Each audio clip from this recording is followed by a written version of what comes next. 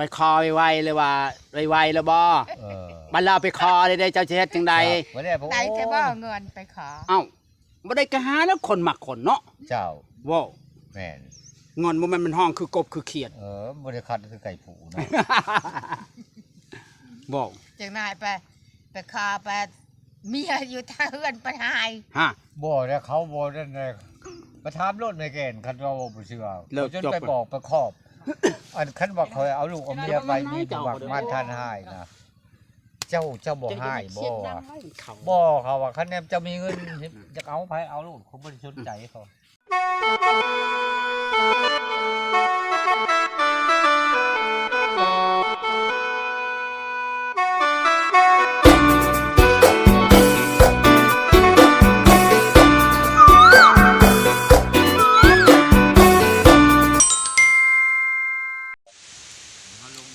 กับสบายดีหรือว่าสวัสดี FC พังไทยพังลาวหรือว่า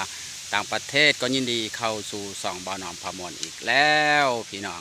มื้อนี้ก็ตู่มีสิไปหาผู้สาวเก่าผู้สาวเดิมเพิ่นแต่เป็นบ่าวเป็นสาวพี่น้องเพิ่นไปจีบขอคืนดีกับผู้สาวเก่าพี่น้องไปเบิ่งไปชมน้ำกันพี่น้องถ้าผู้ใดได้เบิ่งได้ชมแล้วก็อย่าลืมกดไลค์กดแชร์แล้วก็กดติดตาม2บ่อน้อมพมรคือเก่าคือเดิมพี่น้องเพื่อบ่พลาดในการถ่ายคลิปให้พี่น้องเบิ่งคือเก่าคือเดิมพี่น้องโอ้ตัวมีเนี่ยยังคิดฮอดผู้สาวเก่าพี่น้องเอ้ย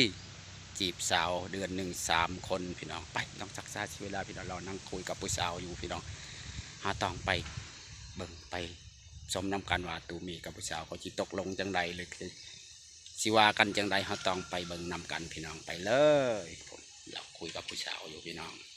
เอาเนี่ยแม่นคอยก็เอาให้เขาก็เอาเจ้าเห็นมาแต่ใช้ว่าเอาเสือไปหาผู้สาวเคยเห็นมันเจ้าว่าไปทัวเทพคนอื่นคนบ่ประตูมีเรายังหักเจ้าอยู่เราไม่ได้ไปให้ผู้ใดดอกเรากับตาถิบขนาดเนาะเจ้า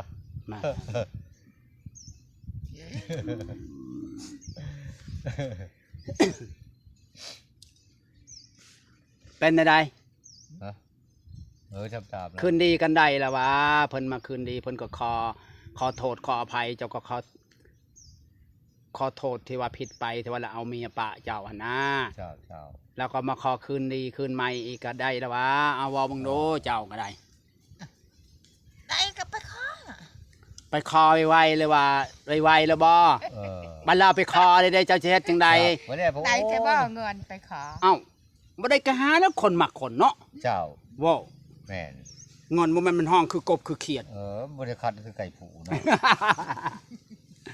บอกจังนายไปขอไป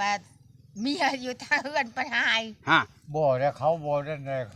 มาถามรถในแก่นคันเราบ่เชื่อจนไปบอกไปครอบอันคันว่าคอยเอาลูกเอาเมียไปมีผู้บักมาทานหายนะเจ้าบ่หายบ่เขาว่าคันแนมจะมีเงินจะเอาไปเอาลูกเขาบ่ได้สนใจเขา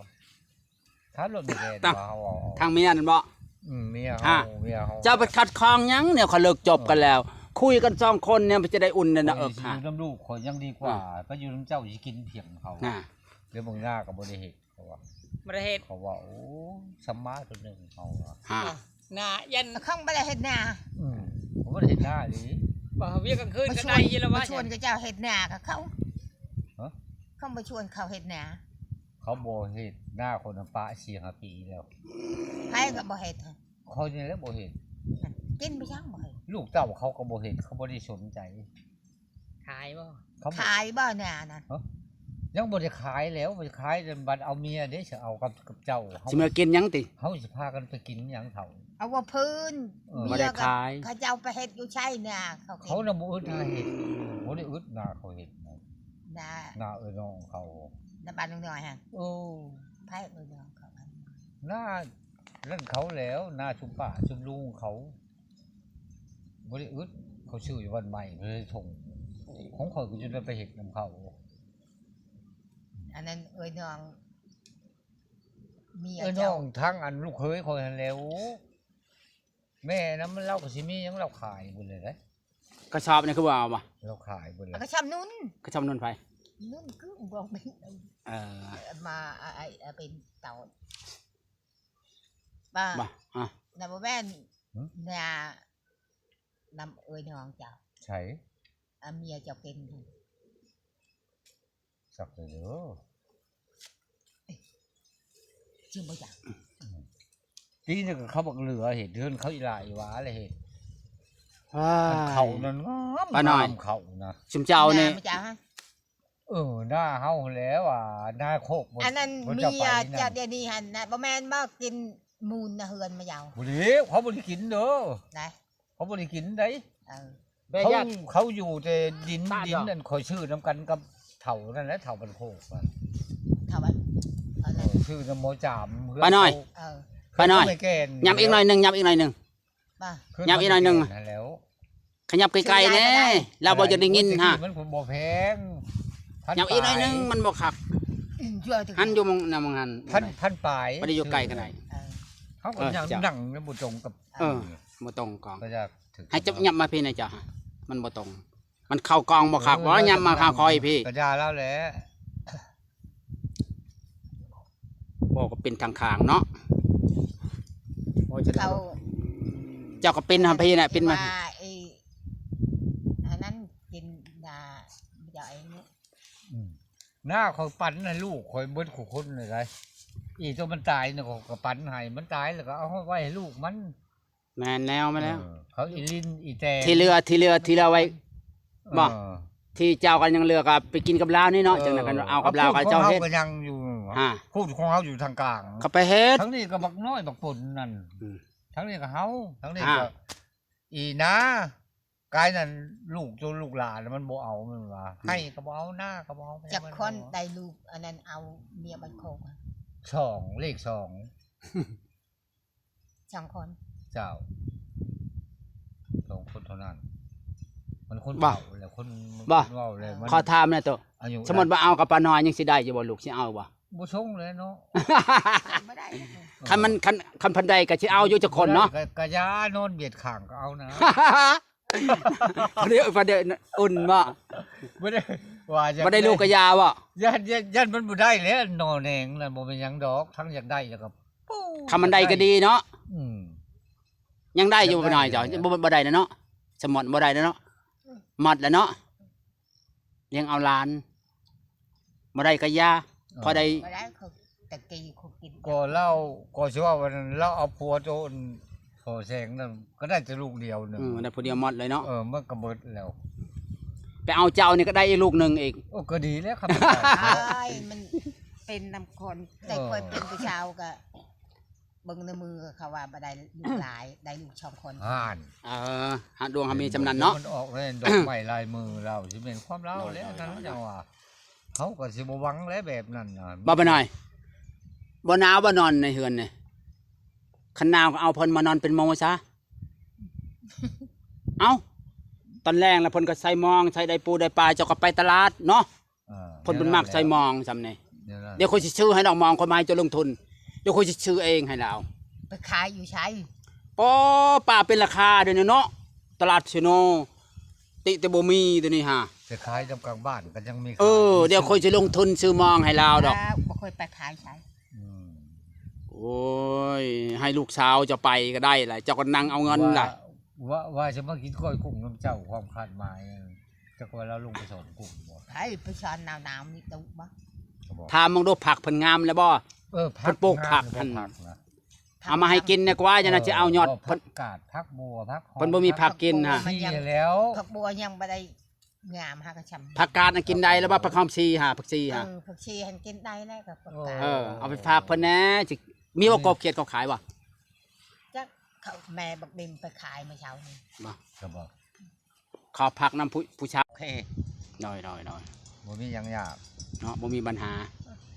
บ่มีปัญหา บ่มีปัญหา เนาะ เจ้า คะแนนว่าบอกว่าหักแพงกันคือเก่า เจ้าเจ้า ถ้าว่า อยู่ผู้เดียวกินไปช้างคู่มือ อ๋อ ใช่อันว่านนี่มื้อเช้านี่ ไปหากินในใช่ไปหากินในอันนั้นครัวฉาหันบ่ ชื่อไข่บ่ได้บ่ได้ วันนี้ว่าเรื่องเฉพาะว่าเรื่องตอนนี้จบก่อนฉะนั้นมันคำว่าเรื่องขอต่อรองไอ้ขาจินชอดเพิ่นอยู่เฮากันนะขอลองอีกดูเด้อเพิ่นสิว่าจังใดขอลงอีกจังหน่อย ขอลงจักหน่อยบ่ได้บ่ วาง10ซะ เงินต่อกันเว้า ว่า ที่ 20 ข้ ไป อง2ประการนั่นแล้ว ว่าซะตาล่ะ เออ เพราะว่าคันกัน เจ้า เฮา ก็ หัก คือ กัน เห็นว่าคอยนี่เป็นคนบ่มีบ่สิ ก็สุดแล้วเนาะ จักไผสิมาห้องจักไผสิมาแต่ง ค่านำข่อย ขอน้ำเจ้าแล้ว ผู้ใหญ่เขา ใหญ่ วอนพญาวกะเจ้าก็อย่าเว้าให้กะเจ้าเว้าอันซำนี้จำนั้นเนาะเฮาก็บ่มีเจ้าก็บ่มีเนาะ เจ้าก็บ่ น้ำเพียงใดก็ดอกบัวเพียงนั้นหั่นนะอย่าเอาแพงหลาย กันนั่นแหละ สาว30ปันเด็กน้อยเนาะ เอาสัก10ซะบัดนี้เนาะ เออ คำก็บ่ต้องเอาจะเฮาแก่คิงปานนี้แล้ว เออ งัวเป็นงัวตาย จักสิไปแค้นเองกับไผเนาะ แค้นแล้วบ่เคยแค้นคำบ่ให้แค้น อันนะ งัวเป็นงัวตายซะคำบ่ต้องเอาซะเงิน10 ล้าน โอ้ คันว่าปะห่างจังกันกับทิมอีกซะให้เจ้าอีก ป้าให้ยังเท่าเลย บ่เพิ่นคันบ่ดีก็บอกกันใหม่อีกตอนนั้นฮะ ถ้าใจเฮาจักแลเพื่อน บ่เพิ่นบ่ หาเจ้าเคลียร์ให้เฮาแหน่ เคลียร์ได้เขาอยากได้จังนั้น ไผจักได้เขาจะได้ซำใด ข้อง ผู้ใหญ่ ชาวล้านคำฉลึงหนึงงัวเป็นงัวตายเอาว่าอันซำนี้ก็รับได้แต่ว่าเฮาบัดเฮาเอากันนี่เฮาไปถอกสิจักครึ่งหนึงจัก10 ล้านไปคันเอาฮะค้างไว้10 ล้านได้บ่ เออ กับคำมันค้างไว้ก่อน ก็ได้ สมมติว่าเพิ่นแนะเฮาบัดแต่งเพิ่นแล้วคงจังยามได้แต่งยามมันมีเพิ่นแล้วเนาะ เออย ามมันมีเพิ่นแล้วจึงแต่งมาจักยามได้เฮามี นบ่มีเนาะ โดยแม่นแล้วบ่บัดตอนนั้นมีแล้วก็แต่งจะค่อย เอออันที่ เสียเอก เฮาก็บ่ลึกบ่ท่วมดอกเนาะ ฮีดของก็เฮ็ดคือเก่าหั่นแหละตามฮีดของประเพณีหั่นแล้ว ก็ธรรมดาแล้ว เฮาก็เนาะคันว่าอายุก็หลายแก่คิงแล้วสิเอาหยังพิลึกพิลำเนาะ ว้า คันว่ามีเงินหลายก็เก็บไว้ซื้อหืดซื้อยาจ้ะ อยากได้ชื่อๆโอ้ยก็บ่ว่าปานนั้นดอก เอาตามขีดคองเนาะ ฮีดของกันเฮ็ดอยู่แล้วให้มันถูกต้องประเพณี เฮาก็บ่ลึกบ่ท่วมดอกเนาะ โดย อย่าเอาเมียบ้าก็บ้าเอ้ยน้อง ไผ เจ้าอะ น้องเขาบ่ได้ชนน้ำข่อยแล้วคันว่ามึงมีเงินเขาว่า เอาโลด ก็มึงเอาโลดเขาว่ากูยังบ่มีเงินเขาว่า น้อย เขาบอกไปแบบนี้ อันนั้นแล้วเฮาจึงสิว่าขอต่อรองเนาะ เขาว่าให้เอาเลยเขาว่าวันนั้น ฮะ ของเมียจะยังเขาก็ว่าวันนั้นแหละ โอ้ยข่อยจนว่าให้แม่แก่นถามก็ยังเว้าเลยเว้าอีก อย่าคักเราจะเอาไปก็เอาว่าใช่เนาะ เขาก็ตัดสิมินทิ้งขอปานนั้นแล้วเฮาบ่ยังว่าสิว่าไปเสาะเขาอยู่เป็นอย่างนั้นดอก เขาตัดคักแล้วว่าจัง